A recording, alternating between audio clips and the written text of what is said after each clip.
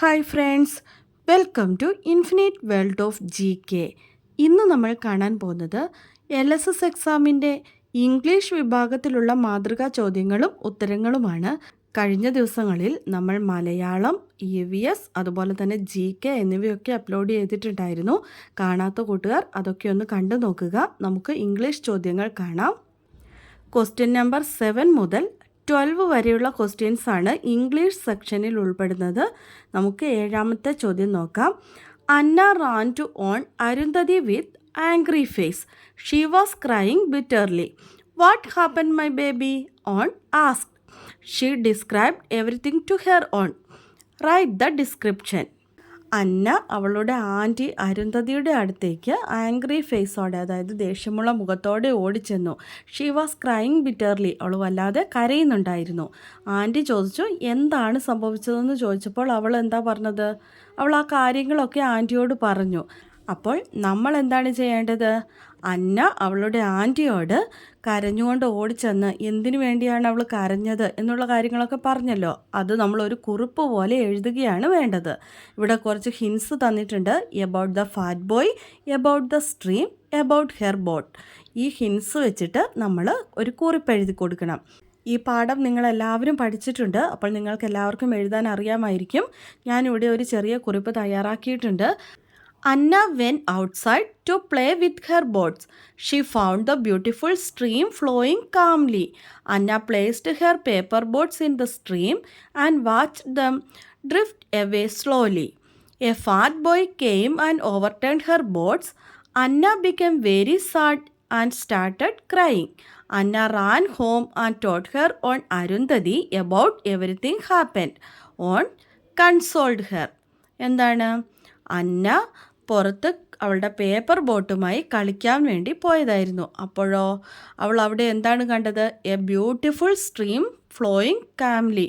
ഒരു അരുവി ശാന്തമായി ഒഴുകുന്നത് അവൾ കണ്ടു. അന്ന അവളുടെ പേപ്പർ ബോട്ട്സ് ആ അരുവിയിൽ വെച്ചിട്ട് അതിങ്ങനെ ഒഴുകി പോകുന്നത് നോക്കിക്കൊണ്ട് നിന്നു. അപ്പോഴേക്കും അവിടെ ഒരു ഫാറ്റ് ബോയ് വന്നു. അവൻ എന്താണ് ചെയ്തത്? Overturn her boats. അവളുടെ ബോട്ടൊക്കെ തട്ടിമറിച്ചിട്ടു. Anna become very sad and started crying. അതുകൊണ്ടാണ് അന്നയ്ക്ക് ഭയങ്കര സങ്കടമായിട്ട് അവൾ കരയാൻ തുടങ്ങിയത്. അന്ന വീട്ടിലേക്ക് തിരിച്ച് ഓടിച്ചെന്ന് അവളുടെ ആൻറ്റി അരുന്ധതിയോട് ഈ സംഭവിച്ച കാര്യങ്ങളെക്കുറിച്ചൊക്കെ പറഞ്ഞു. ആൻറ്റി അവളെ ആശ്വസിപ്പിച്ചു. Next question. Fill in the blanks with the opposite of the word underlined. Pingala was honest, but the other children were.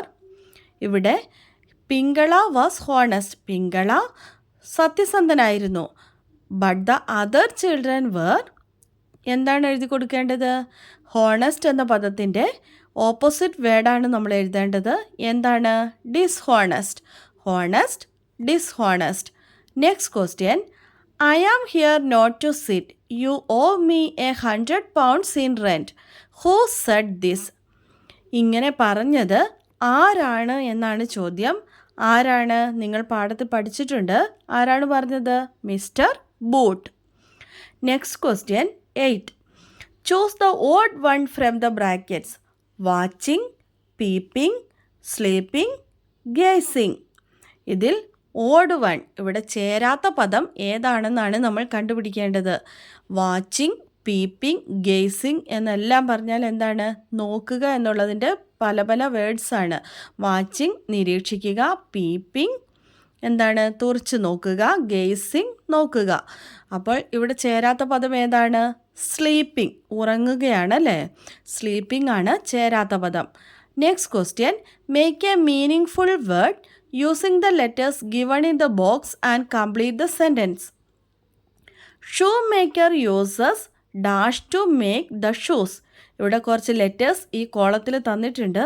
നമ്മളിപ്പോൾ വായിച്ച ഈ സെൻറ്റൻസ് അവിടെ ഒരു അർത്ഥമുള്ള വാക്കെഴുതി പൂരിപ്പിക്കാനാണ് പറഞ്ഞിരിക്കുന്നത്. Shoemaker uses dash to make the shoes. Shoemaker uses leather to make the shoes. Word ഏതാണ്? ലെതർ. ഈ ലെറ്റേഴ്സ് വെച്ച് നമ്മളുണ്ടാക്കിയ വാക്ക് leather. Next question. Rearrange the words to a meaningful sentence. ഇവിടെ കുറച്ച് വേർഡ്സ് തന്നിട്ടുണ്ട്. അതൊരു മീനിങ് ഫുൾ സെൻറ്റൻസ് ആയിട്ട് നമ്മൾ എഴുതണം. His servant as appointed Ivan him. എങ്ങനെയാണ് എഴുതുക? Ivan appointed him as his servant. Ivan appointed him as his servant. Next question. Read the events from the story The Lost Child. Select the one which is in the correct order. Write A, B or C. ഇവിടെ 3 options തന്നിട്ടുണ്ട്. ഇതിൽ the lost child എന്നുള്ള സ്റ്റോറിയിലെ events ആണ് ഇവിടെ തന്നിരിക്കുന്നത്. അതിൽ correct ഓർഡറിലുള്ളത് നമ്മൾ ഏതാണെന്ന് എടുത്തെഴുതിയാൽ മാത്രം മതി. നമുക്ക് ഓപ്ഷൻസ് ഒന്ന് വായിച്ചു നോക്കാം. Option A, The boy missed his parents in the fairground. The boy was fascinated by the toys. A man took the boy and tried to console him. A little boy went to the fairground with his parents. Next, B. A little boy went to the fairground with his parents. The boy was fascinated by the toys. The boy missed his parents in the fairground. A man took the boy and tried to console him. Option C. A man took the boy and tried to console him. A little boy went to the fairground with his parents. The boy missed his parents in the fairground. The boy was fascinated by the toys. ഇവിടെ കറക്റ്റായി തന്നിരിക്കുന്നത് ഏതാണെന്നാണ് ചോദിച്ചിരിക്കുന്നത്. നമ്മുടെ പാഠത്തിലുള്ളതുപോലെ കറക്റ്റായി തന്നിരിക്കുന്നതാണ് നമ്മൾ എഴുതേണ്ടത്. Option B ആണ് നമ്മുടെ കറക്റ്റ് ആൻസർ. ഓപ്ഷൻ ബി നമുക്കൊന്ന് നോക്കാം. എന്താണ്? A little boy went to the fair ground with his parents. The boy was fascinated by the toys. The boy missed his parents in the fair ground. A man took the boy and tried to console him.